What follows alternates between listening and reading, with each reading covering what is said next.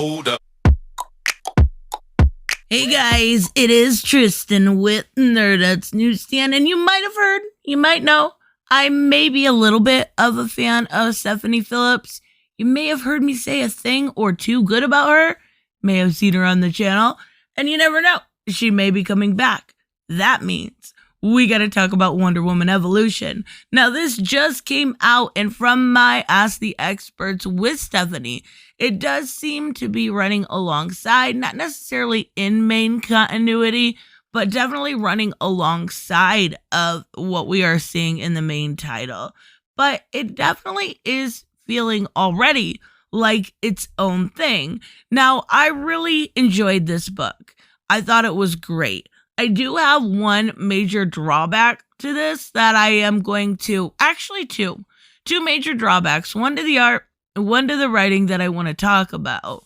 But of course, if you're new to the channel, hit subscribe, hit like, leave me a comment down below. Let me know if Wonder Woman Evolution was in your pull list or if you're going to wait for the trade.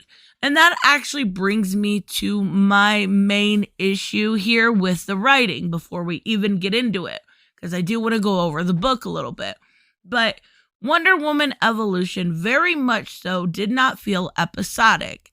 It felt like Stephanie was writing for the trade. And we see that a lot in comics nowadays. You can look at most recently, I noticed it with Human Target, a lot of stuff like, well, another Tom King book, his Strange Adventures book.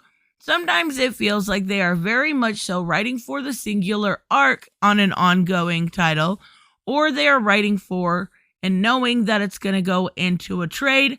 And that is absolutely what this felt like. It didn't feel like there was a lot of action packed into the first issue. There is action.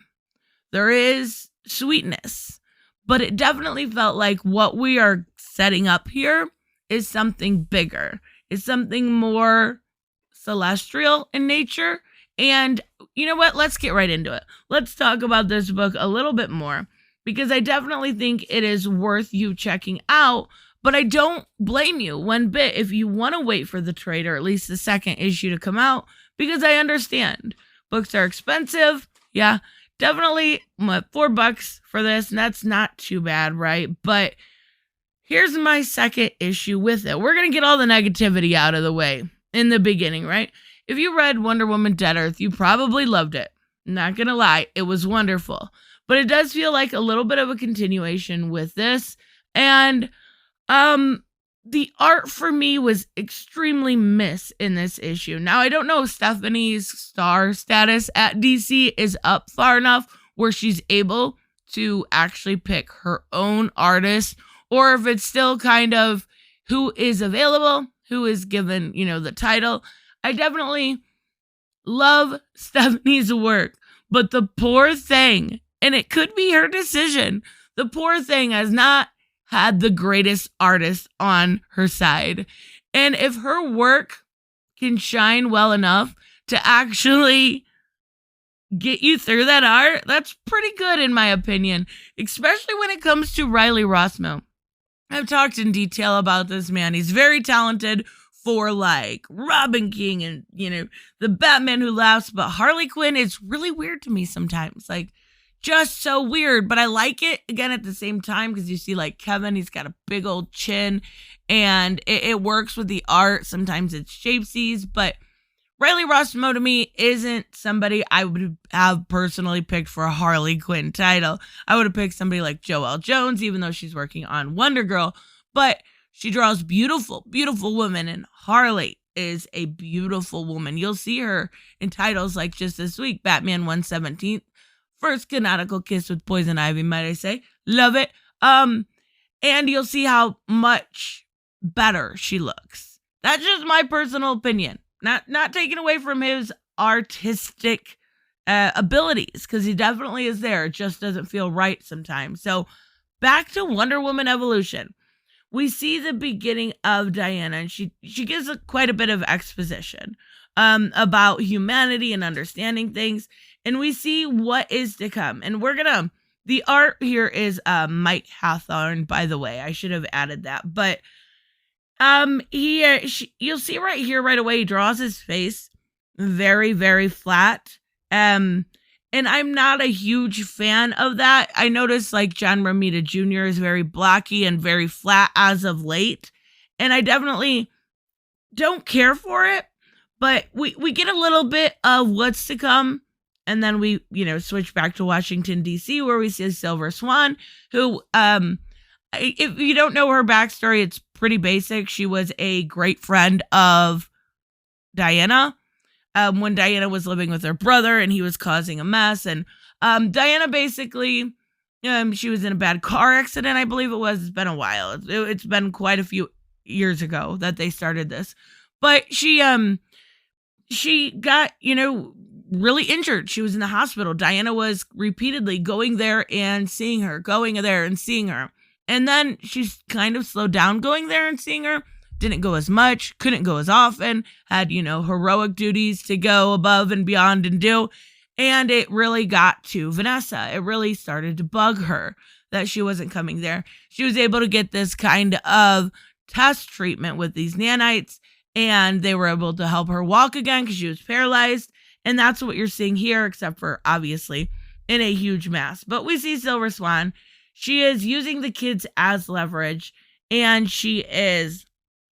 even the inking here, it looks dirty.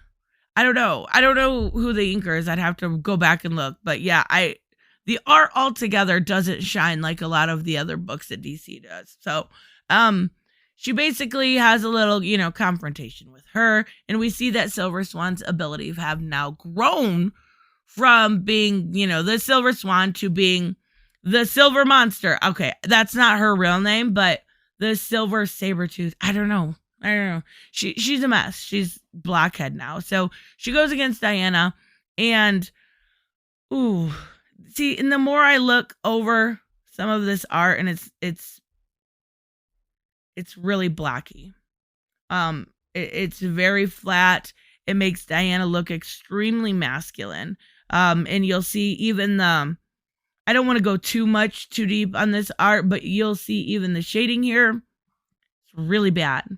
I'm not sure why that was done that way. This just looks straight up like a man. It's not 70s fault, but it's not good. It's not good at all.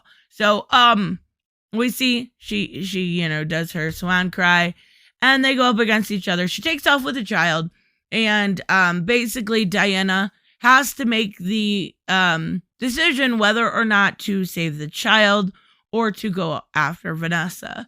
Now, I don't like that decision. I get it, but there isn't a decision there. You're not giving us a reason to feel like Diana would do anything else besides save the child. There's no decision there, and we've seen that done before in comics, so I wasn't a huge fan of that part. But we see, I can't keep going on about this art. I won't. I don't want to make anyone feel bad. It's just not good. This part I loved.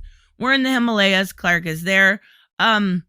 It's really weird to me. Clark looks like he's cold, and then he makes a joke about needing a jacket. I'm like, you're Clark Kent. You don't get cold. Okay.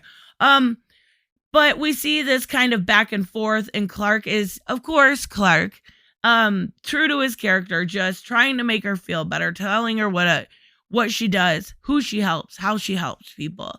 And maybe that she's stubborn a little bit, but he's definitely the true Boy Scout that he always is. And they go on a little okay, yeah, well, joking around, and you like competition. Last one to Everest is a rotten egg. And she's like, rotten egg? Like, is that the best you could do, Clark? It's kind of cute, right? But then he ends up getting a call. And he has to go help someone. And he's like, you just stay here. Well, this is when we see her kind of relaxing. And at what happens here, we're not really sure yet, right? This is something otherworldly or celestial. And we see her get this lightning surrounding her. She yells for help, and she's gone, right? And we see her basically off into the cosmos, almost looking... I don't know where we're going here, because in the beginning it definitely didn't look like it, but she looks very Wonder Woman 1 million here. I don't think that's where Stephanie's going with it. It could just be the coloring with this.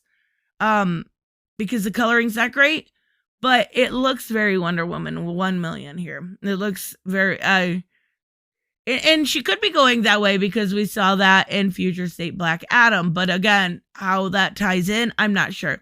So that sets up our main what is going to happen next, right? Our cliffhanger. Not much of a cliffhanger. And that's why I feel like this is better written, better read for the trade. And I normally don't say that. And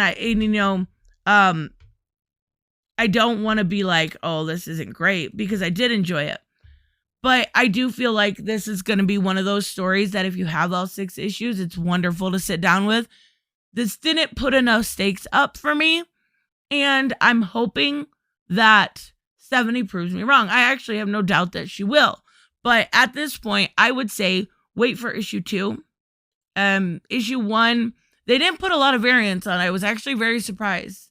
I'm wondering why, or if they were trying not to inflate the numbers. But even so, it was good. It was a solid 8 out of 10. But the art, the shading, the coloring, that really did it for me. And then again, of course, feeling like the stakes weren't high enough. Why do we come back? What do we need to know? What is she judging about humanity? And that's what we're going to find out. But with just a little bit woven in of true stakes and telling us what humanity has done wrong, besides her little back and forth with Clark, this could have been 10 times better. And it's already good. So you see what I'm saying? It could have just been that much better. So let me know what you guys think about Wonder Woman Evolution. I whether you think, it's a pass for me, not a fan of, the art or Stephanie or anything in between, let me know. I loved it. I will see you guys in the next one. Bye-bye.